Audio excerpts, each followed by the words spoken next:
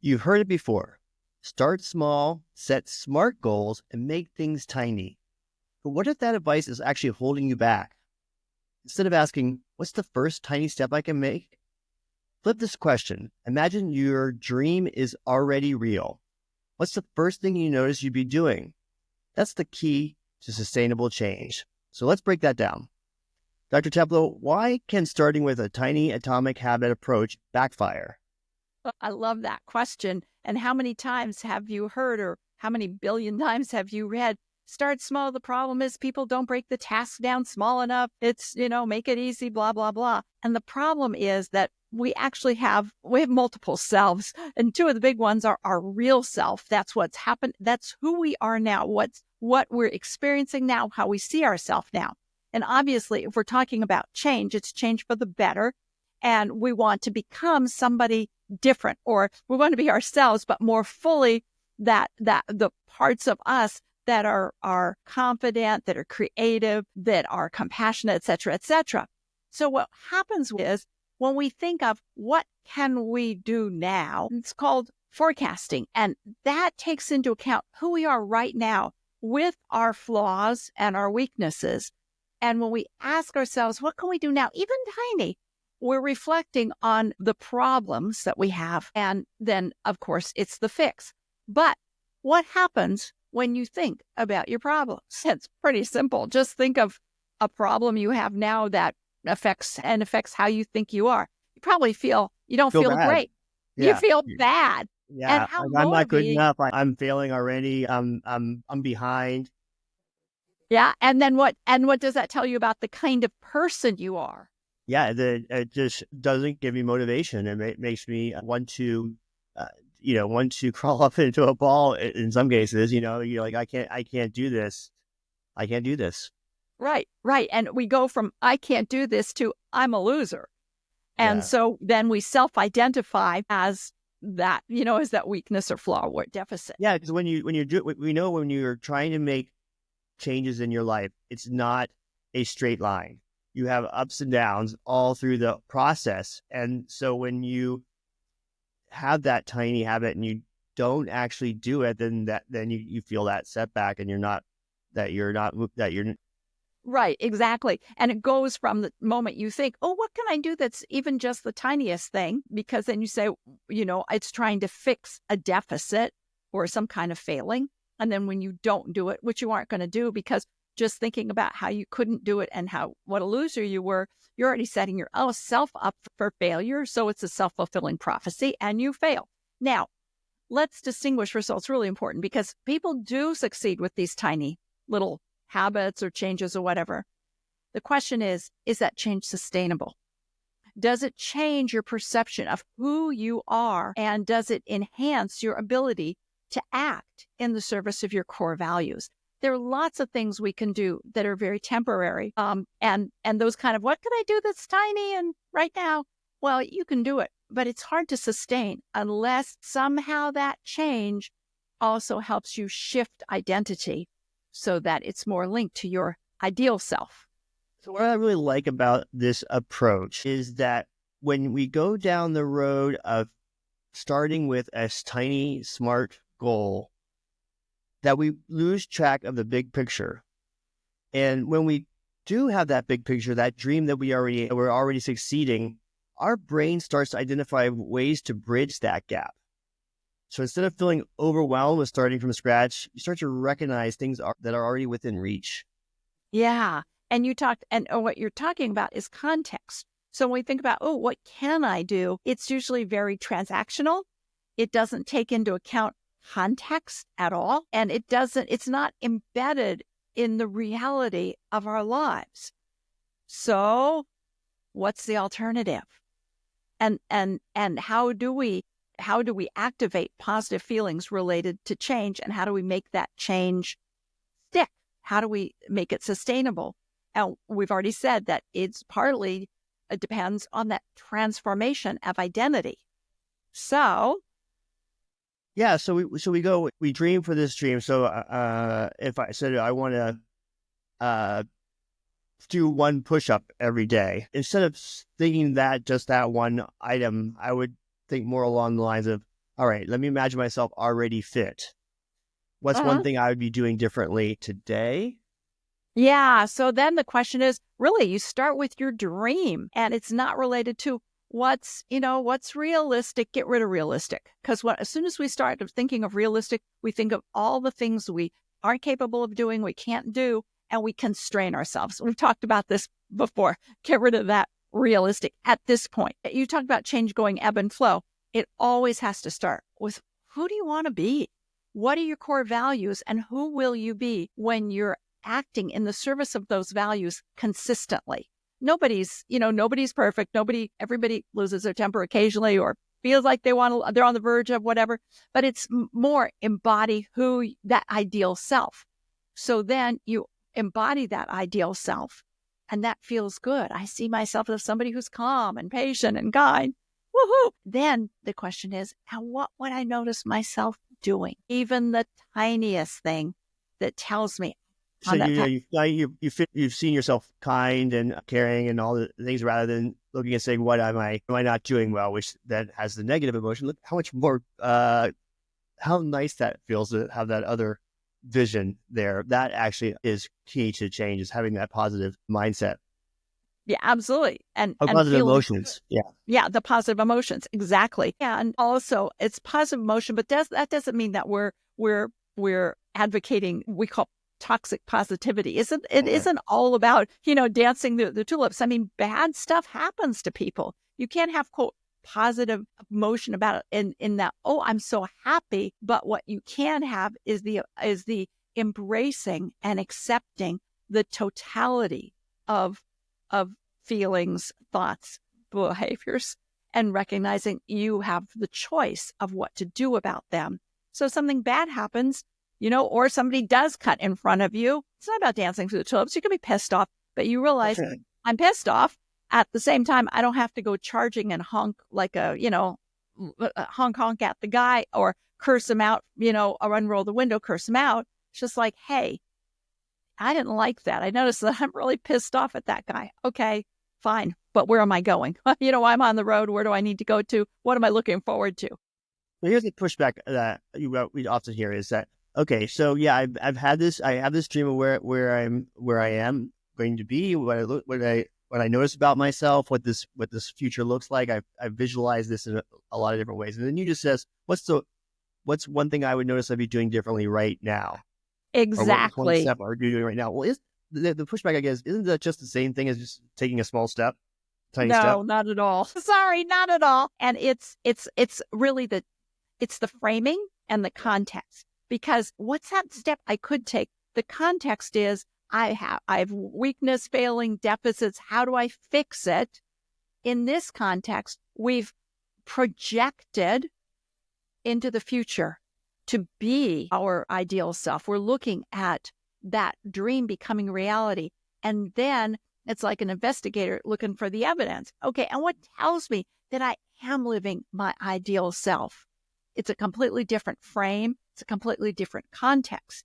You are looking for tiny evidence that you are living that ideal self, that the presence of what that desired outcome is, either, patience, happiness, compassion, whatever it is.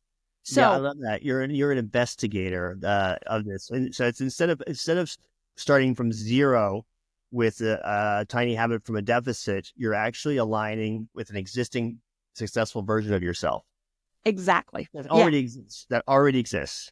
absolutely. Absolutely. And people say, well, you're just making it up. How do you know it exists? Because as we've talked about before, nobody's perfect. You don't even do your problems perfectly. If you're, for instance, a procrastinator, well, you don't procrastinate on every single thing. Sometimes you do things in a more timely way. And that's where we want to look also for, when am I doing things well? That's a different conversation related. But I think the key point is that we never discount the tiny, tiny steps, but it's, when do we talk about them? When do we invoke them? How do we invoke them? In what context and for what purpose? So in the So the yeah, to other, be clear, we do like the tiny atomic oh, yes. habit. It's just the framing of how we come up with those. Exactly. So one is, I'm broken or flawed. How do I fix myself? And then initially, I mean, immediately we're going to get into, the kind of negative state of mind. Or I am living my dream. I am really the person that I want to be so much. And what would tell me? What's even the tiniest shred of evidence that tells me I'm working towards that? Yeah, it's that I really love that. It's the framing of coming from being a broken person that you're trying to fix to someone who's already succeeding in certain ways that is part of this successful version of yourself. And what Right. I think stands out so much when we share this with our clients, the aha moment that our clients have is when they realize that this successful version of themselves, to get there, there's so many different ways to get there. And they don't have to be beholden to that one tiny habit or that one behavior that they're trying to improve. It opens up infinite possibilities almost. So that way, when I would go back to that example of if I were already fit, what's one thing I'd be doing differently today? That could be, maybe you park farther away from the destination you're at, or maybe you drink water before your coffee, or maybe you stand up more during work. There's so many different ways to get to that same vision of yourself. Like we say, there's many paths to the same river, the river being that successful version of yourself. Right. And I want to say we're not making that up, because now we have a functional MRI to show what the brain is doing. When you're thinking, what can I do to fix the problem? Your brain is working one way. When you're thinking the other way is, I'm already on the road there. I'm already in some ways embodying the quality of the person that I truly am, truly want to be. What am I doing? What do I notice myself doing? That's evidence of that. Your brain is working a different way. In the first way, it shuts down kind of creativity and global thinking and considering of many, many possibilities. And it's very problem solving and analytical. In the other way, the areas of the brain that open up are related to creativity, are related to very big global thinking. So, and it means that you're going to be exploring, or that many more possibilities will open up to you. Yeah, that the neuroscience of that that's the stuff that when you hear, you're like, oh yeah, that makes all the sense in the world. Of course, that by having that dream, I have all the resources of neural pathways that I have, and when I'm fixed on one point, I'm going to be fixed on one point and getting there as efficiently as possible. Right, right. Yeah, we were just talking about that. There's so many factors that can go into whatever it is you're doing. So let's say, you want to get healthier and you had a terrible night's sleep. So in that thinking way, that problem solving way, I had a terrible night's sleep. How do I get a better sleep? Then you'd go to, my shades are, I have room darkening shades. I have quiet. I do this, and this. And you could then say, I do all that, but I'm still not sleeping well. Whereas if you go into, I'm sleeping well, I'm in my ideal sleep, and I'm just waking up, just feeling that energized and, the kind of peace and control and centeredness that I want. And what am I doing that's helping me? You realize I'm not eating chocolate for my snack, not my little dessert at night. I used to treat myself after a day at work because I'd gotten through the day and I'd have chocolate. And now I realize, that's probably interrupting my sleep. When I sleep well, those days I sleep well, I realize, I'm not eating chocolate. Or, it's something else. The days I really sleep well are, when I talk to my kids, or, see my grandchildren, or, go out on a date night with my partner or whatever. We just don't know. There are so many factors. So when you look at it from that kind of prospecting from the future, looking back, what are you doing even right now that tells you where you are on that path? Then the whole world of possibility opens up. That's why it's so difficult to take the prescription of what is supposed to be done to solve a problem, because we're all individual with so much different context around us, that when the internet or the doctor or the expert says you should be doing this, and this, and it's not working, and you're following all those rigid rules that you should be doing, and it's still not working for you, obviously it gets frustrating, and that negative feedback loop is not helping with your change. And so this is called immediate successful future. And I want you to describe that a little bit in detail, but doing this is so much different, so vastly different than going the route of this prescription for you. Right. And it's not that any of those things that are prescribed are wrong. They can work. It's in what context do they work? To what degree do they work? What are they targeting? And we have to think of it, I think, as sort of like a weaving or a fabric. There are many, many fibers going through here, and each one of them influences, or leads you success or not such success. So in terms of immediate future, like the next 24 hours, so in the more problem-oriented ways, say, well, so what's the smallest thing I could do even in the next 24 hours that would help me get along? What we say is, so in the next 24 hours, what do you see yourself doing? What would you be doing that would confirm you really are moving on that right path towards becoming fully that ideal self? And so suppose, tomorrow you woke up and you did realize that the day before had been good for you, that it had been good to help you move forward. What would you have noticed yourself doing?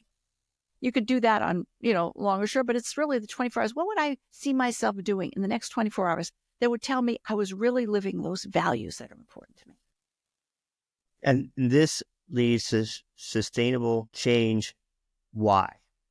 Yeah, because it is connected in a very integral way to who you are and what those values are that are important to you. And when we're, when we screw up, the stress comes because it's at odds with who we want to be, who we want to see ourselves, how we see ourselves.